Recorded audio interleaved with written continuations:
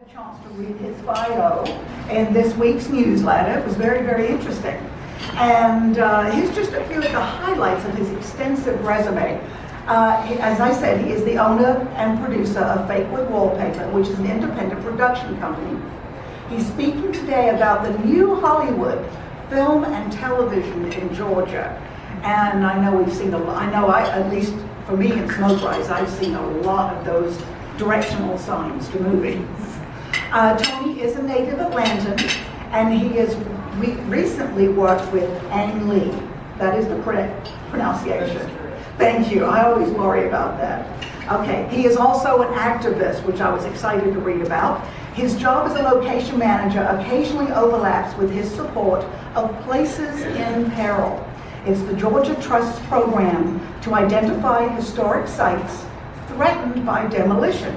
But I will let him tell you more about that in his talk today. So please join me in welcoming to the lectern, Tony Holley.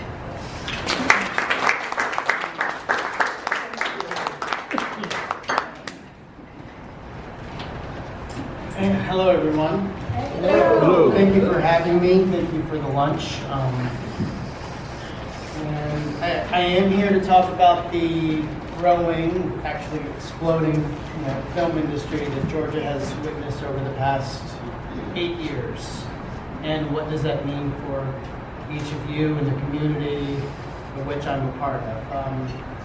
As Jillian had said, I am a native. I was born in East Point. I grew up out in Douglas County, and I've had houses all over. I went to school in Statesboro for 2 years and graduated from the University of Georgia. If any of those make people go rah, rah, rah, okay. I now live in Candler Park, and I've been in the film industry since 2001 full-time, as a gainfully employed person since 2003, because back then we saw maybe 4 feature films a year, a number of commercials, and really no television whatsoever. This past year, that number has gone all the way up to something like 95 films were produced in Georgia. There are anywhere from 30 to 40 different television series that are shooting, and hundreds, if not thousands, of commercials that are also shot in Georgia.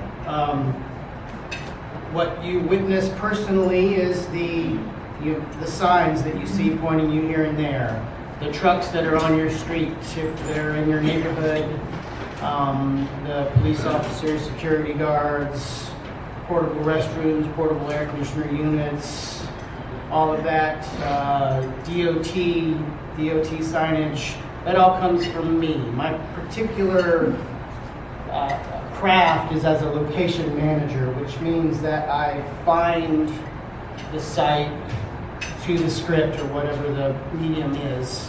So I scout it. That's the first piece of filmmaking from my perspective is what does the creative want? So I knock on your door and I say, can I film at your house? And if you say no, get the hell out of here. Or you go, yeah, what is it? What do you have? What do you have for me? And I sort of give you my spiel. It's total salesmanship up front. I have to get in your door, kind of thing, to sell you on what it is that I have. And for most people, that's pretty easy, because what we sell is Hollywood, is entertainment. It's not a widget or anything like that. But oftentimes when you mention what you're doing, there's this little gleam that gets in someone's eye that is not really starstruck, but the thought of someone approaching my house and saying, I'd like to film at your house, is a little flattering. So if I can get past that point, I take photographs. I show those photographs to the producer, director, production designer, whoever's running the show from a creative perspective. And then we go out on the scouts got to get a little bit bigger. I'll take the production designer out to a handful of things for each location. We'll call that down to 1 or 2 options for each thing. The scout will get a little bit bigger. Then I'll bring the director, the producer, the director of photography, and some other acronyms that I can just throw at you that won't mean anything. And if we get past that point, they'll say, we want to shoot at this location, be it a house or a country club or a jewelry store. And if they go, yeah, we want to do that, then I sit down with the owner of said business or house, and I say, here's the deal. It's going to be a few days out of your life. If it's your house, I may kick you out of the house for a couple of days and I'll put you up in a hotel and I'll board your animals, or you can take them to a friend's, or any litany of things that may happen. If it's a business, I'm gonna close you down for a couple of days, and then what is that worth to me? And that's worth, what are your sales? What are your employees' salaries? What are any number of other factors, utilities that go on top of that? And then at the end of that, itemization of costs and expenses that you're losing, there's the privilege that I also pay for on top of that. And that's to get to a contractual point. That's the basic, gist of what my involvement with film is. I recently did this at Pat's house, which she no longer owns because she sold it. and I think she could probably attest that it was good timing and also good for both of us mutually. And since she sold it, I got an outline that said we had to go back there. So thank goodness that the new owner was open to having us back at his house. So that's what I do on a day-to-day basis. The Fake Wood Wallpaper piece is when I'm not working for a major studio, I produce my own projects, and I've done a number of features over the years with that group.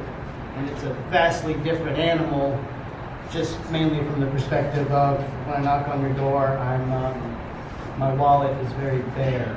Whereas when I'm working on something like Stranger Things, which is the show that I'm on now, the cupboard is full with respect to what I can offer. So that's what I do as day-to-day. And this presentation that I have here was brought to me, or given to me by the Georgia Film Office, which is an arm of economic development, a state office.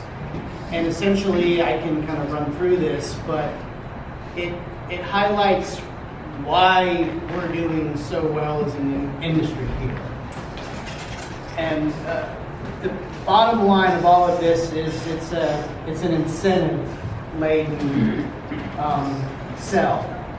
In 2005, Georgia passed a tax incentive package for the first time when there were only a handful of them in the state. It was okay, it was very good. We had about a year and a half worth of growth, and then everything fell off the map. In 2008, the Georgia Entertainment Industry Investment Act was passed, and that was, in essence, the game changer that has, more or less made the industry fold over on itself and redouble every single year since it was passed. And what it is you get a 20% tax credit that can be sold, just like any other commodity, for what are approved purchases, expenditures in the state. And it's a long list. It's not really important what all those things are, but it includes actor salaries, which is sometimes the biggest piece of a budget. And you get an additional 10% off if you put the Made in Georgia logo at the end in your credit roll. So if you happen to watch, depending on what your viewing habits are, that credit roll is in a lot of television that's being made right now, and it's also in a lot of movies. At the end, if anyone stays for the credits, which I know you all do. So there is a minimum. You have to spend $500,000 to qualify for the credit. And you want to just click on past that. So in terms of what it's done, for fiscal year 2016, there were 245 recognized productions that were in Georgia. Direct spend dollars over $2 billion, and the economic impact, which is essentially the monies as they keep on going down the line, dry cleaning, hotel, lumber, restaurant, hospitality, that number is valued at $7 billion. And for the 30 or 35 years prior to that, the total of that number was $5 billion.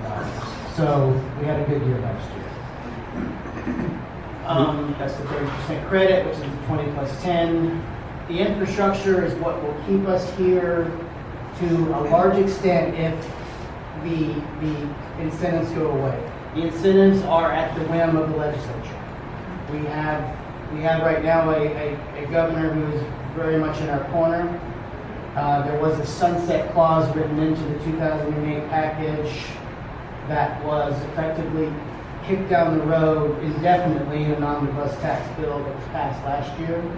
So there's effectively no sunset clause currently, in effect. But the infrastructure is what will make us a viable entity regardless, and that is all the rental houses actually setting up shop here.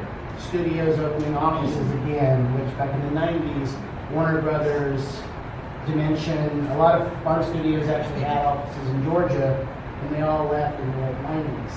Well, a lot of them are coming back. We have office and stage space, and there is another slide which you could pull up. I'm sorry, one of the other files. Oh, yeah. Chris, you want to do it? Go back to someone with knowledge of what they're doing. That's okay. Yeah. Switch. We did open. Yeah, left. Yeah, that one. Yeah, that's it. So we don't have to go through this file, but essentially there's about 7 pages here, I think, or 10 pages.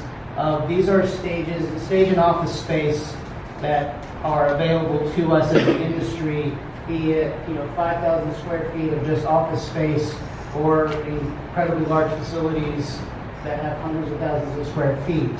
The old Sears distribution center that's at Hugh Howell and is on this list. It's not available because the owners of that have been wanting to take on a tenant that wants to convert it to stage and office space before they do anything. So basically, they don't want to spend money. I let somebody else say, I want to spend my money here, and then they'll go, all right, I'm in. But that place is indicative of what's happened historically with empty industrial space throughout the metro area, where empty stage and office space has been converted to space that we can use. Like Eagle Rock and Stone Mountain. That says Norcross, but There's an Eagle Rock Stone Mountain right below. Yeah. There's 2 Eagle Rock studios. That might not be right below. The Norcross one is their newest facility, but Eagle Rock also has the Stone Mountain facility as well.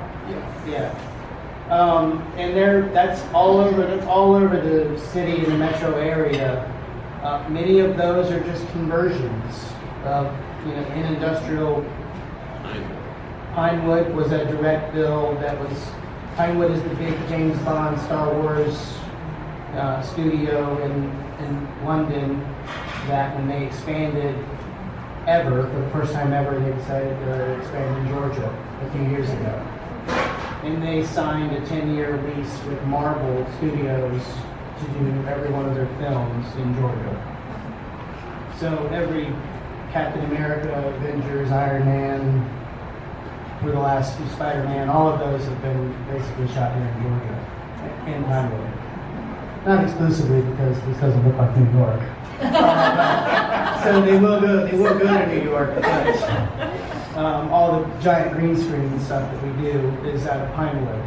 The old fairgrounds at Lakewood, the Lakewood Fairgrounds, the Spanish Deco architecture, was one of the first conversions. It is now owned by a firm out of North Carolina called EUE Screen Gems, and that's where I'm currently based out of. And they took every one of those buildings, which we used to go to the flea market once a month for those that did, And they took all of those, they destroyed the old open air, heavy tin building, and they've built 3 new stages since then that are, purpose-built, 40 plus feet to the ceiling, open air, no rafters, HVAC that's quiet and great for us. They've got hundreds of thousands of square feet and office space and plenty of parking. And that's nothing but production at this point. That's what that has become. So that's this document 4 years ago didn't cover 2 pages. And in the last 4 years, a lot of people have gotten in on the game, if you will, and it's grown up to 10 pages worth of, I have all this empty industrial that I want to do something with because no one's making anything and no one's distributing anything anymore out of here. Is there a minimum criteria to get on this list? No. If in the third column from the left, and the one that's right next to it, the left is stage space and the right, I think, is office space.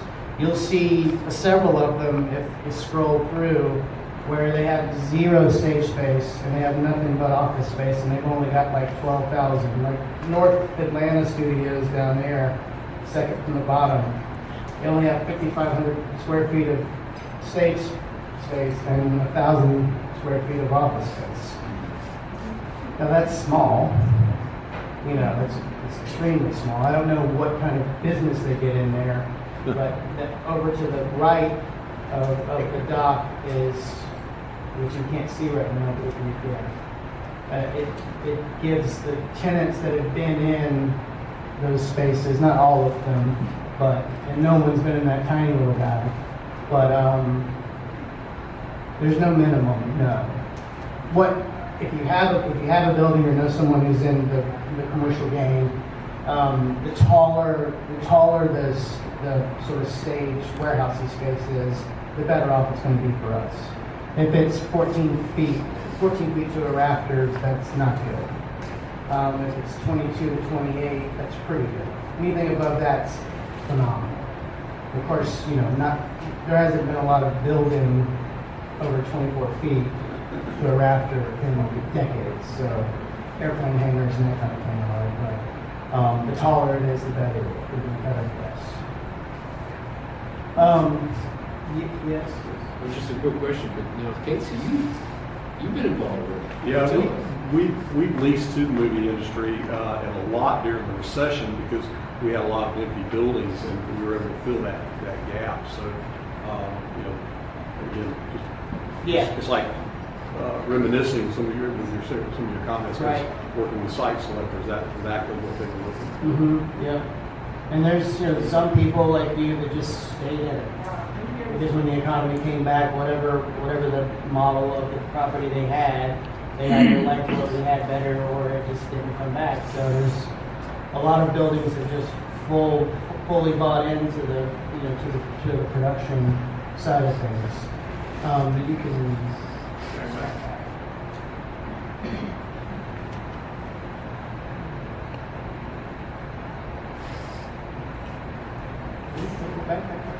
Oh, did I go too far? Yeah, that upside down Georgia was. I was looking for that. Yeah. That's what I was looking for. Yeah, the upside down Georgia is weird. I don't know why that is, but the show that I'm working on right now has a location in it called the Upside Down. So if anyone watches Stranger Things, that's in there. You can pass it. So it just goes into the numbers now of what the Motion Picture Association member companies. That gets into a little bit of what the infrastructure is that we've experienced, the growth that we've experienced over the last few years.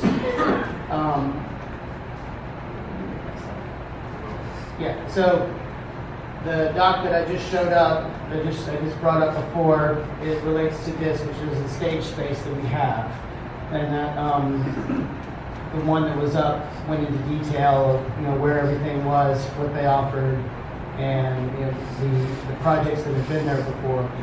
Even on this page right here, Third Rail Studios is just opened. That's the second from the bottom. there where the old GM plant was in Doraville. So that is a much larger overall economic plan of development that's happening there. But the first thing that actually opened, aside from a dealership of some kind, I can't remember who's the famous dealership, Lynn and whatever. One of those guys opened a dealership up there, and Third Rail was the first, like, you know, the next operation that's actually open there. And some of these old dealerships have been converted. The old Chrysler GM plant down by the federal prison on McDonough Boulevard, which I'm actually working out of now, has gotten a lot of production over the last few years as well.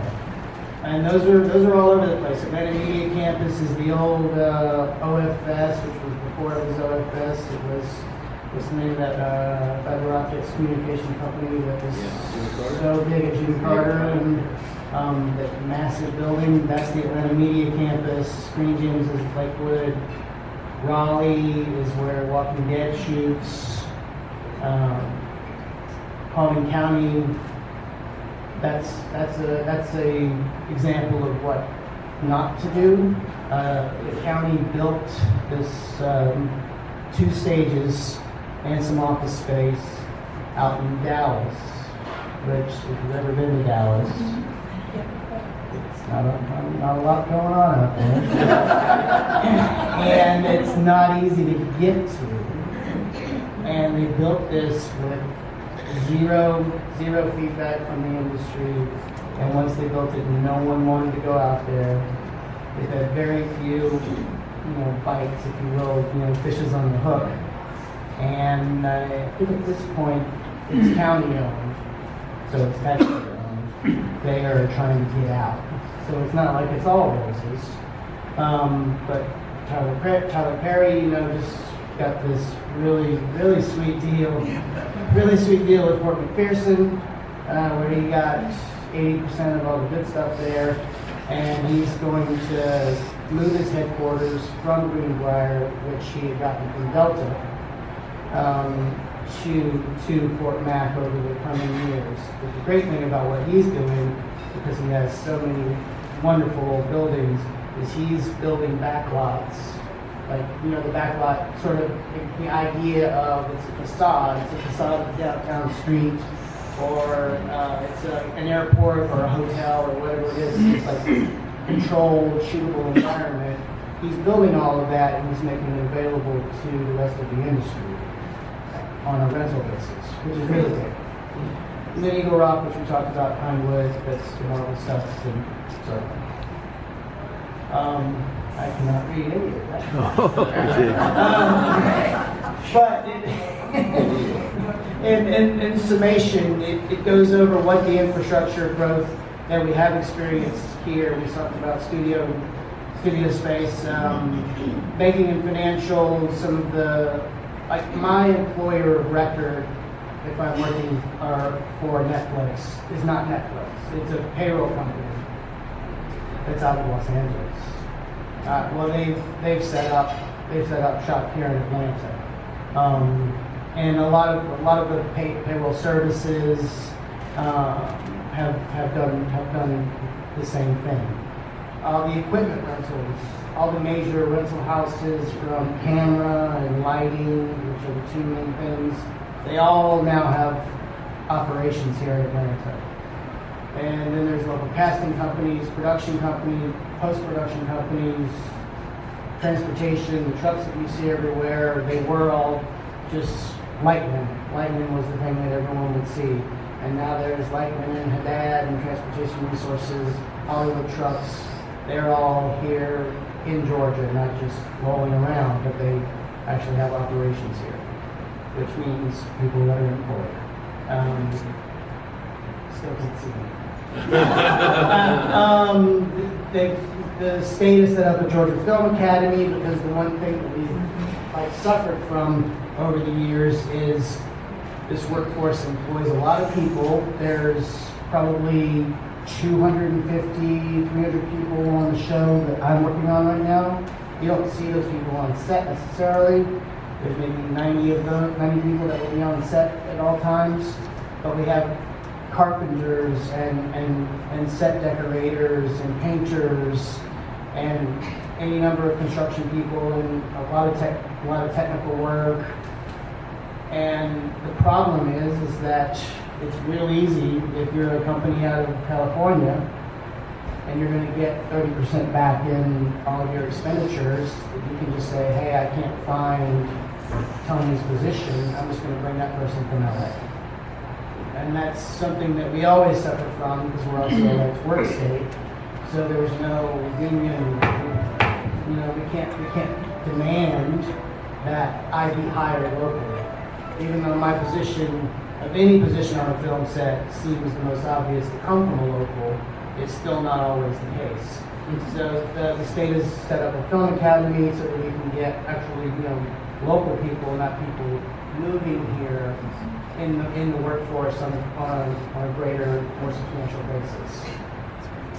And I have no idea how it's working other than that every show that I work on now, there are people that are on the crew that come directly from the academy. So There's that's 9 technical conferences that are involved with it, so they seem to be doing pretty well at attracting people to attend.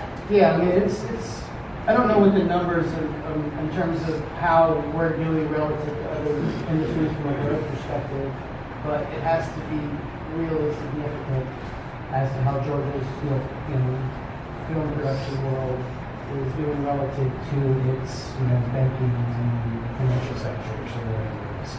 So that's that. So Camera Ready, the state set up this wonderful program whereby they went to every single county in Georgia, and if you've traveled through our great state, we have 159 counties, which is on the surface absurd, but every one of those counties are now online, quote unquote, with respect to being camera ready, which means if I pick up the phone, I have someone to call in wherever it is county, Harrelson County, because I know there's this specific rock quarry down there that I need. And they're the first state to actually do something like this, and since other states have gotten on board with it, they were the first one to get every single county signed up and ready with it as well. So I can just pick up the phone and I can email or call someone from really anywhere in Georgia and say, look, you're 3 hours away from me, I know you have this. Like if I want to go to Milledgeville and check out that beautiful old state hospital, I can just call them up and say, can you send me some pics before I come out there? And what website is this? That's through Georgia.org. Georgia.org? Going and digging down into Georgia.org, which the other doc that I have and the 3 that I have that are on that thing is the entire Camera Ready list. That's what that is. So the first part of the Camera Ready is the state, and you just click on the county, and it brings up who the Camera Ready person is. Will that link also highlight some of the features of that county? It'll give you if that county has a Chamber of Commerce or CBD or whatever it is that is the portal by which they funnel my request. It will take you directly to that. But it won't take you to Central State or to the governor's mansion or like the village does? It won't take you to Central State. To specific? Correct. Yeah. So it doesn't give them a chance to online showcase some of the No. features that they might have within their county? No, it doesn't do You have that. to talk to people. You talk to a human at that point. And then basically what they would do, what the state also does, the state has a database called Real Scout, which is a nationwide, basically location database. I have my own. I've got Pat's old house in it. I have hundreds of other houses, businesses, golf courses, whatever the location calls for. In my database, the state has one that dwarfs mine because they've literally gone door to door over the years and accumulated this massive database to show to prospective clients. And that's at the state level, and then at the county level, they also do basically the same thing. So, but you do have to make that contact with this. But if you just say, I want an old broken down hospital, you can go directly to the state, and one of the options you're probably going to get kicked back to you is from the state. Keep in mind that it's a disaster, and you can't film in roughly 80% of the buildings anymore because they've really let it go to waste. So they have to save a couple of them because they're of such historically significant value. But there's a lot of asbestos, there's a lot of lead paint, there's a lot of mold in many of those buildings, which is really sad. Oh, look at this, stuff that's going on in Georgia. It's basically companies that have come in and said, you know, this is something that the public wants, and so there are, you know, movie tour companies that have a little bus or whatever it is, and they'll take you to the Mystic Falls tours, which is all the Vampire Diaries and original stuff, all the little teeny vampire jazz, if you go to that. Atlanta Movie Tours does a more wide-ranging scope. There's a Walking Dead road trip. I think in a year or so there's going to be a Stranger Things one. And then Savannah has their own because Savannah's very unique in their, you know, what they have to offer too. So it's a little cottage industry. One of the things that popped up as a result of all the production there. What else we got? Yeah, you've ever been to Sonoya, the home of the Walking Dead? It was a rather sad-looking town 7 or 8 years ago, and it's been completely transformed now to the point that one of their popular characters, Daryl, who's the biker-looking dude, and their special effects coordinator have opened a restaurant downtown. It's a completely different city at this point. And it's still a pain in the butt to get to Dallas is, but you know, The Walking Dead was a rather popular show, so it really put that city on the proverbial map. Whew. That's the current schedule. Hard to read. That's impossible to read.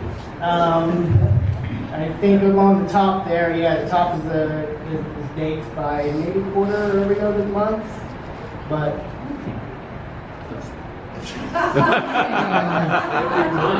Every month. oh man, and it's Even like wonderful fuzziness here. I'm sorry. No, it's fine. I'm not going to be able to tell you what that is. beyond the fact that there's a number of feature films and television that's currently either in production, in pre-production, or just wrapping, which is the green is in production. I think the red is is the pre-production schedule. So you've got Marvel's Ant-Man 2, the Avengers movies.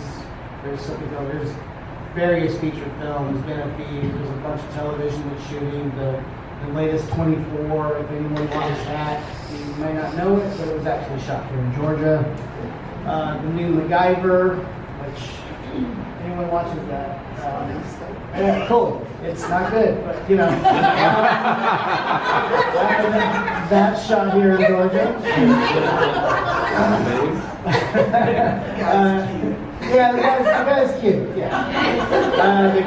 The game is shot here. Green Lake was shot here. The Walking Dead, The Return, Stranger Things, my show.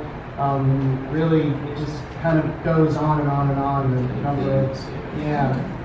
number of stuff that shoots here. You'll see celebrity sightings and all this, that, and the other on your Facebook feeds and whatnot. And that's because there's a lot of us and a lot of people in town.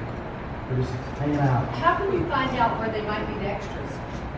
Active sites.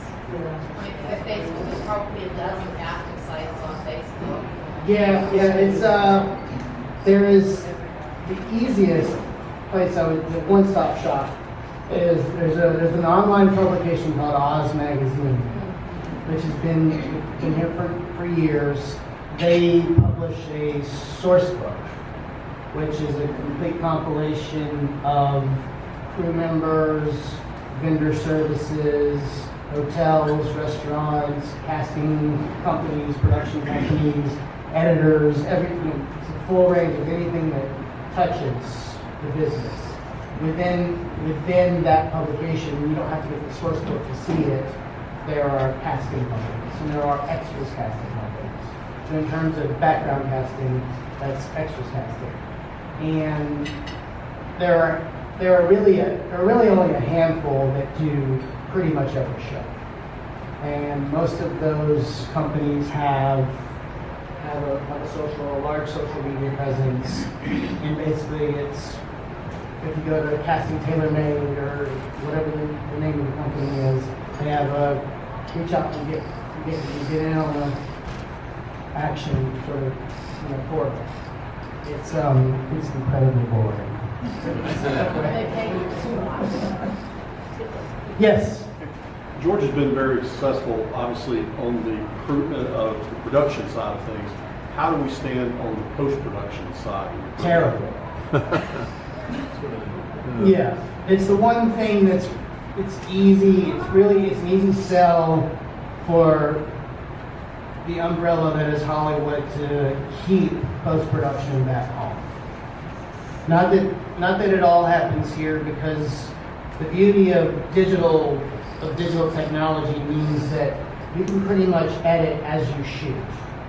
So it used to be the way we would all see what we shot, is we would shoot something and we'd wait for the film to get developed, and the very next day, about 10 o'clock to noon, you would get a all green or a something's really wrong report. And that wrong report is, well, the film was flashed, or we lost this can, or whatever it is, and you have to go back and do it. Now, with digital technology and just, the way digital cameras work, is you just go back and you look at it again. So everything that you shoot is ostensibly good to go as soon as it's shot. So the dailies that we all watched in the trailer after, I don't watch it, everything's already sort of, we know that we don't have to reshoot it. And there are editors on most productions that are local to get roughly things edited as we go. But the bulk, the real meat and potatoes of post-production still resides largely in Los Angeles. There are a few companies that are doing it here, but LA has a grip on this industry that 30% tax incentives are not going to get rid of easily. There's definitely a bias towards Los Angeles that permeates the entire industry.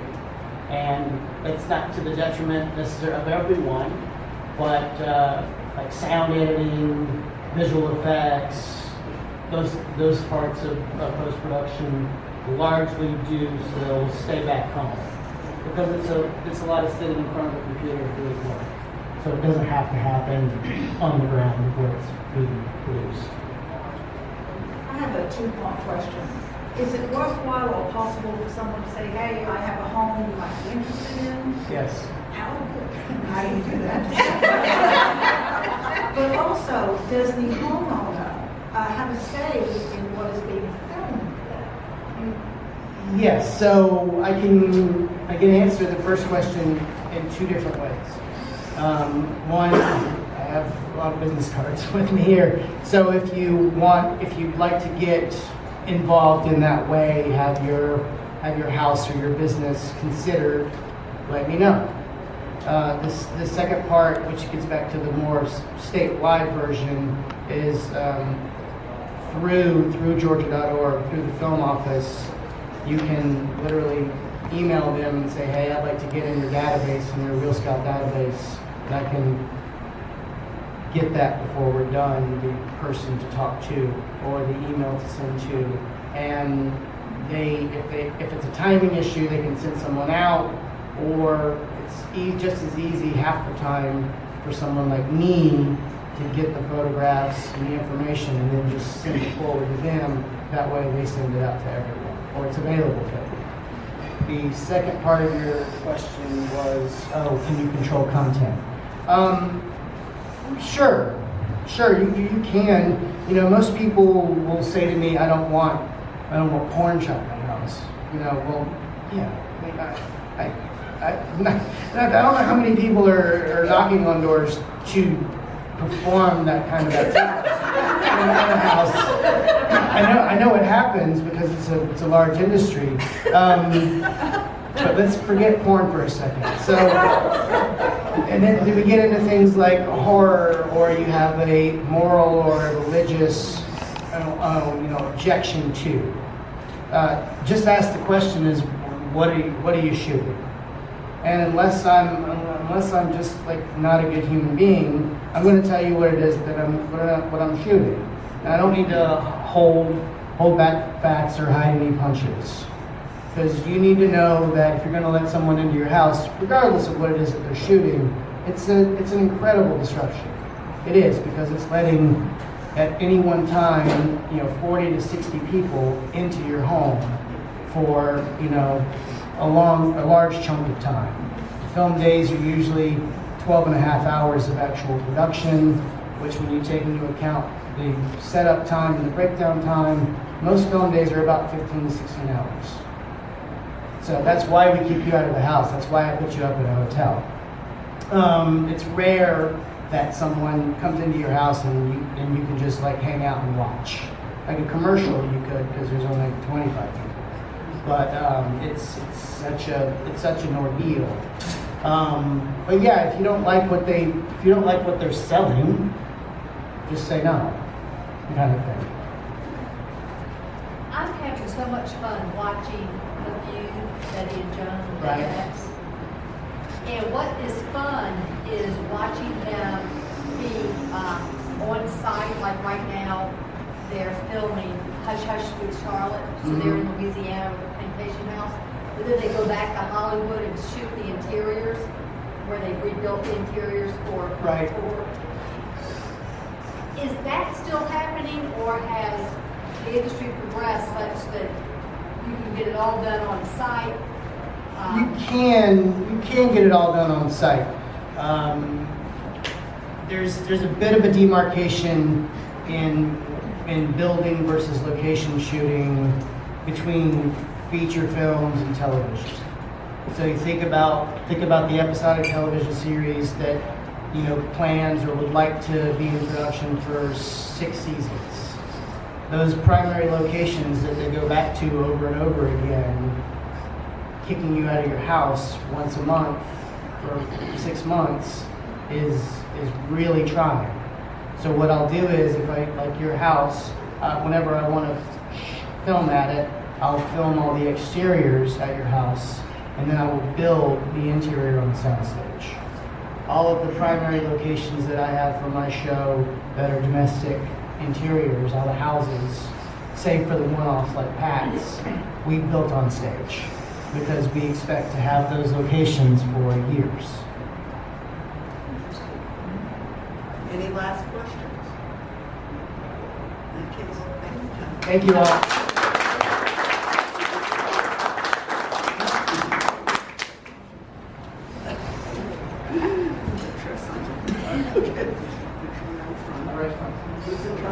Yeah, there she is. Thank you very much. Oh, no, you're most welcome. It was awesome, and it was new. In appreciation for you coming out and speaking, we donate, and my box is gone, but some of the stuff is still here. We sent a hero box to them. Right now, we're supporting Shanika Frank. Awesome. So, wonderful.